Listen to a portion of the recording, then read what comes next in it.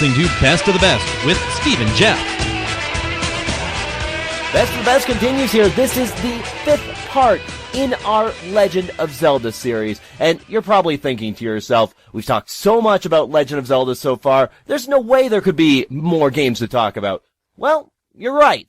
And that's what we're here to talk about today. That's why I've got Steve with me once again. Steve, how's it going? Pretty good, Jeff. And today, we're not talking about the Legend of Zelda games, because with a franchise this big, there's so many other medias that are involved, and that's what we're looking at. Well, not even counting all the minor, little things that were out with it. They did do a lot of merchandise, starting from the first one back in 88 and going up to this. But there's a couple things that are a little more famous than other things, and some of the things are a little more infamous than other things. Right, so why don't we start off with one of the more well-known ones that a lot of the people back in the 80s would know about, especially if you were fans of the Saturday morning cartoons. This one kind of takes it a little bit on the chin sometimes, but it's still a pretty big part of the thing, because it was pretty much the only chance to see it on the North American side anyway. I'm, of course, talking about the cartoon, Legend of Zelda, the TV series.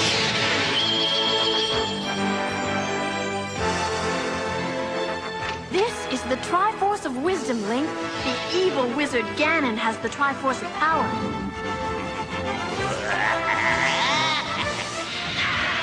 Now, this one had a lot of joking around through it. It took the storyline and just sort of gave a lot of fun to it, but at the same time, there's a lot of stuff here that was just like, I don't know about that. Well, if we're going to talk about this cartoon fairly, we're going to have to address the elephants in the room when it comes to this series. I'm, of course, talking about this. Well, excuse me, princess. And this. Saved you, princess. Kiss me. Oy.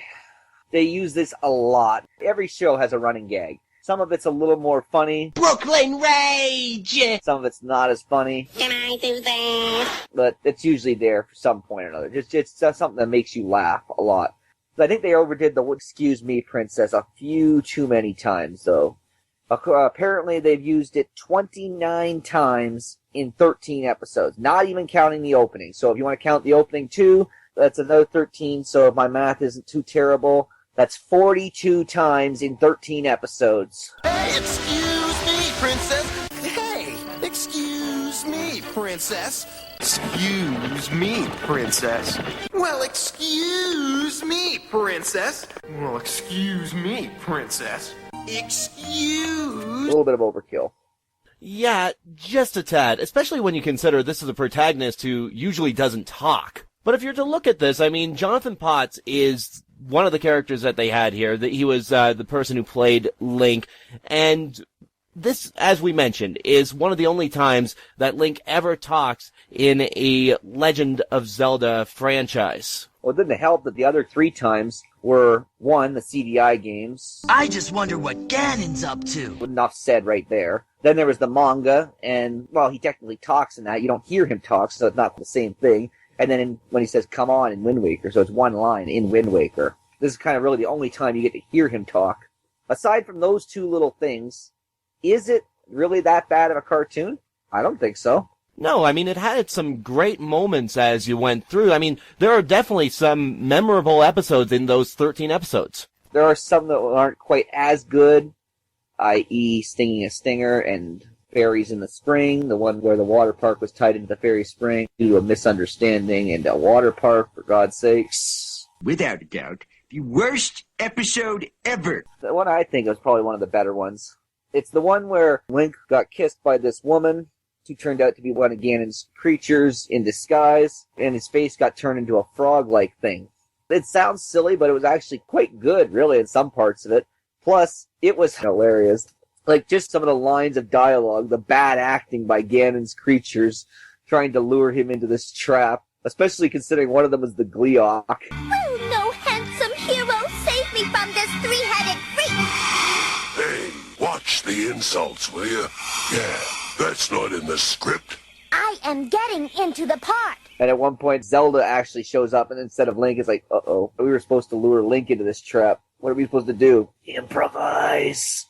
So something along that line goes, and then when Link finally does show up to defeat the Gleeok and zap it away, He's like, oh, well, whatever. Did my part.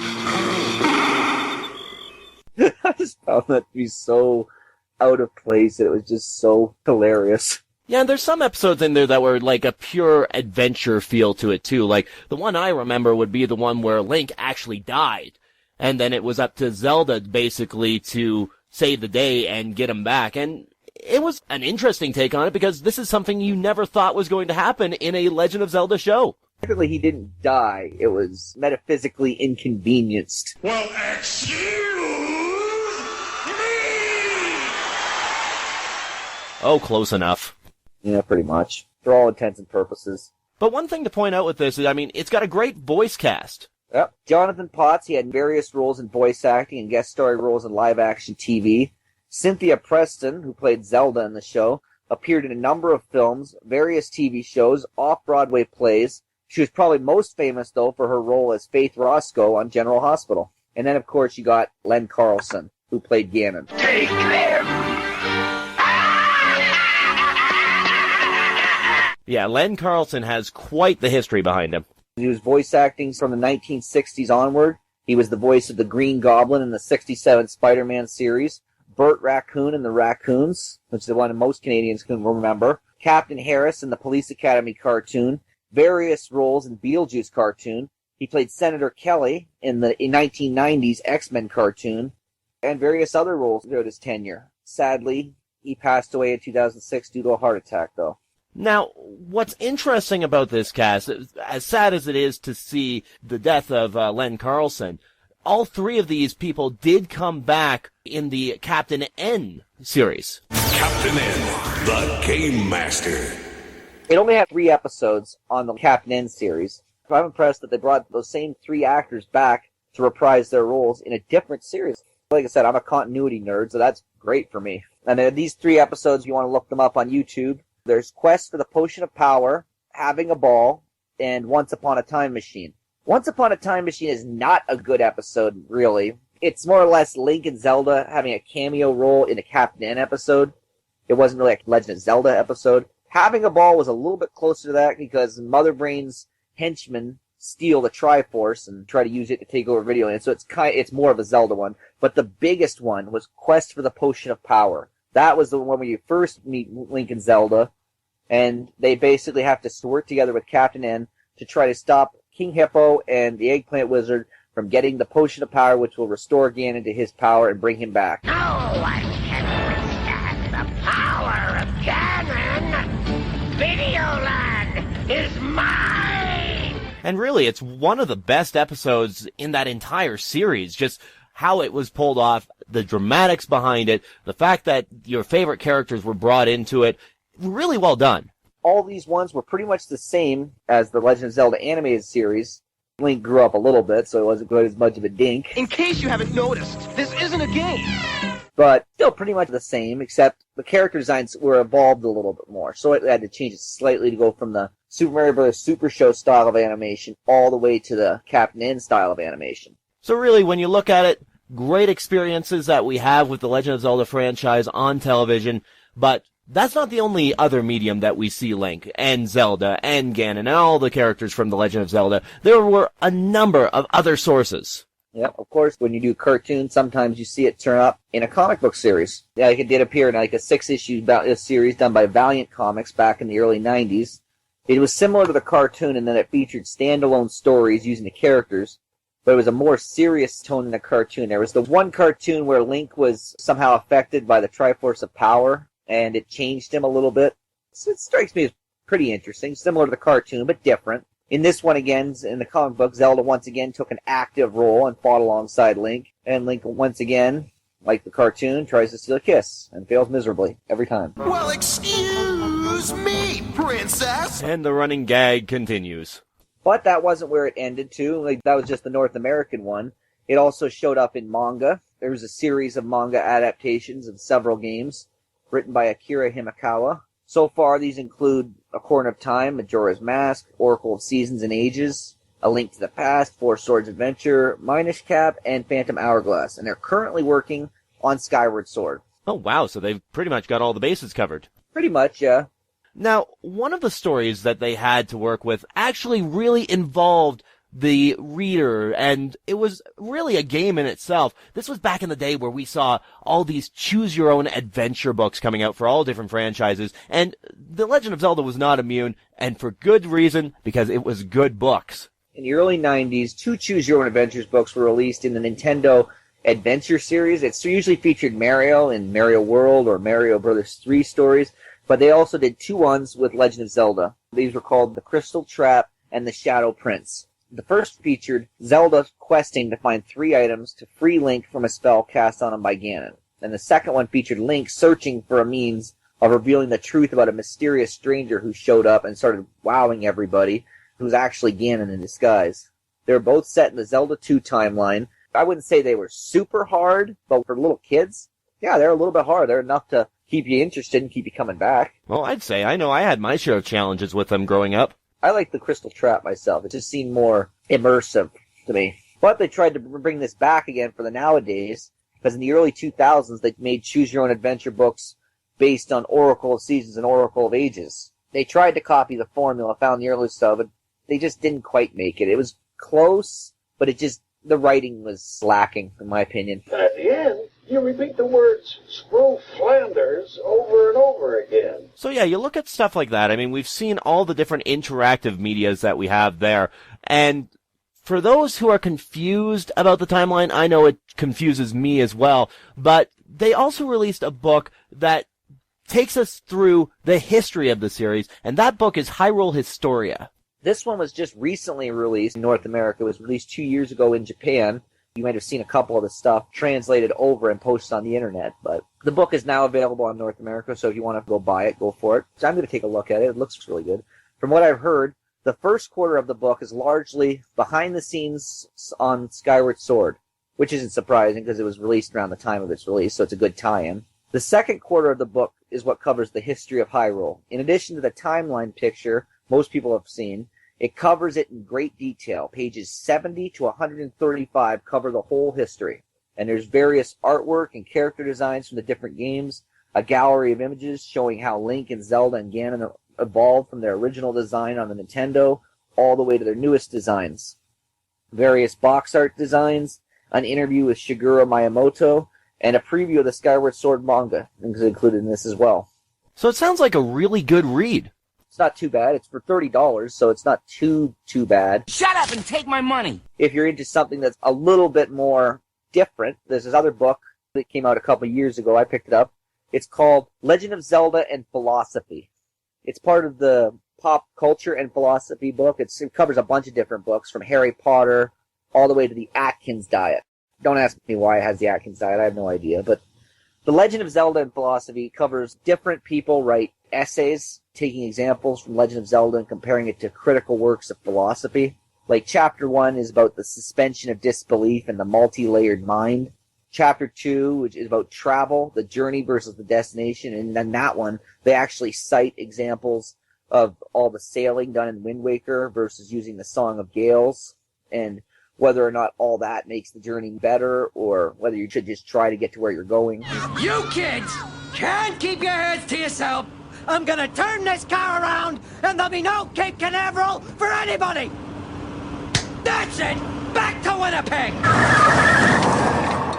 Chapter 3 is about critical thinking in the gaming and the real worlds.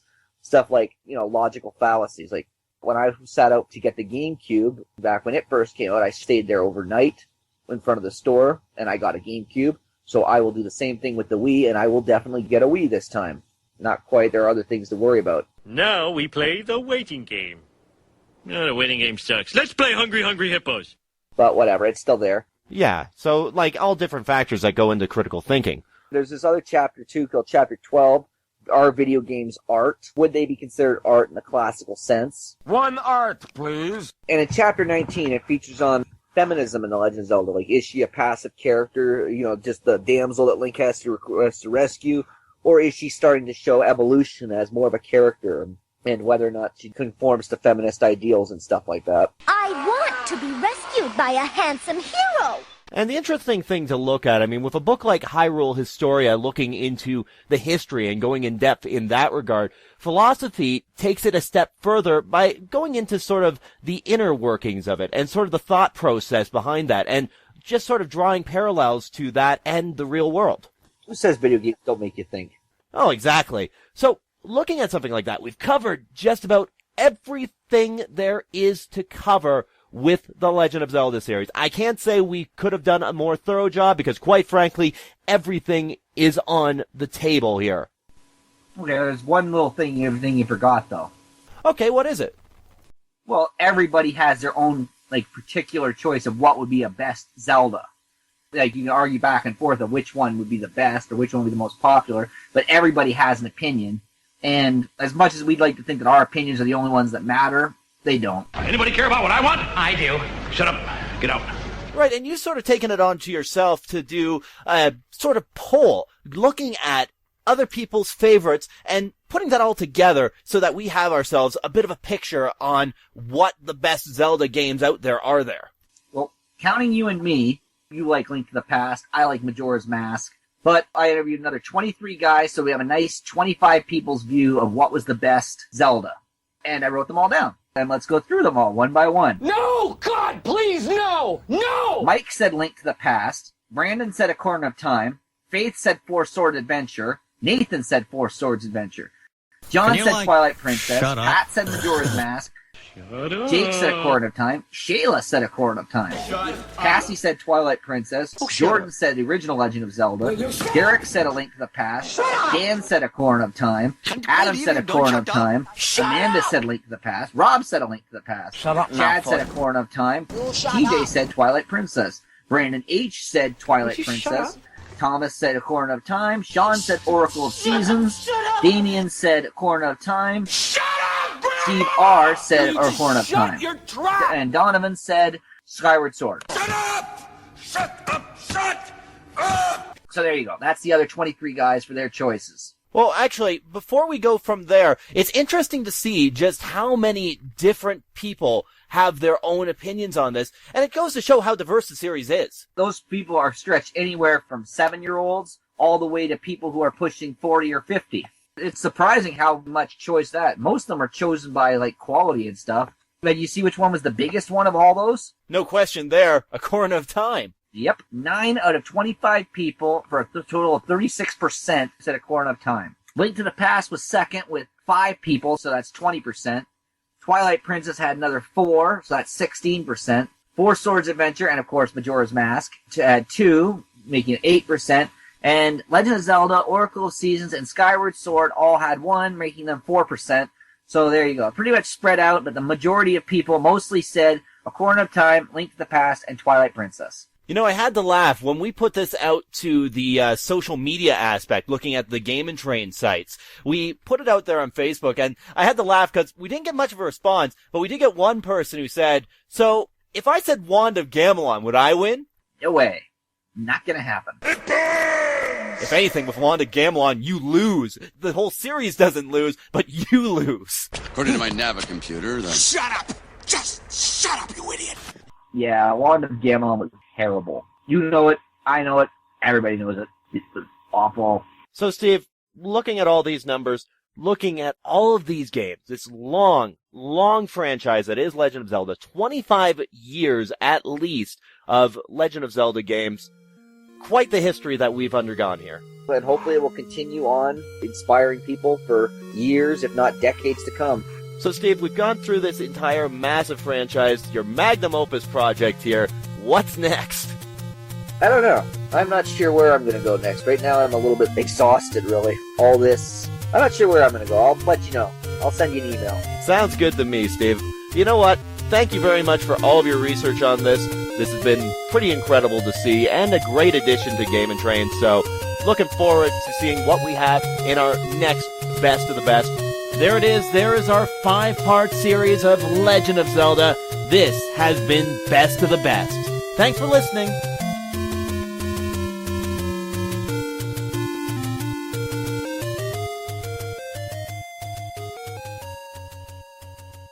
A little bit of the old, a little bit of the new. I am assuming direct control. And everything in between. You're listening to Game On GameandTrain.com.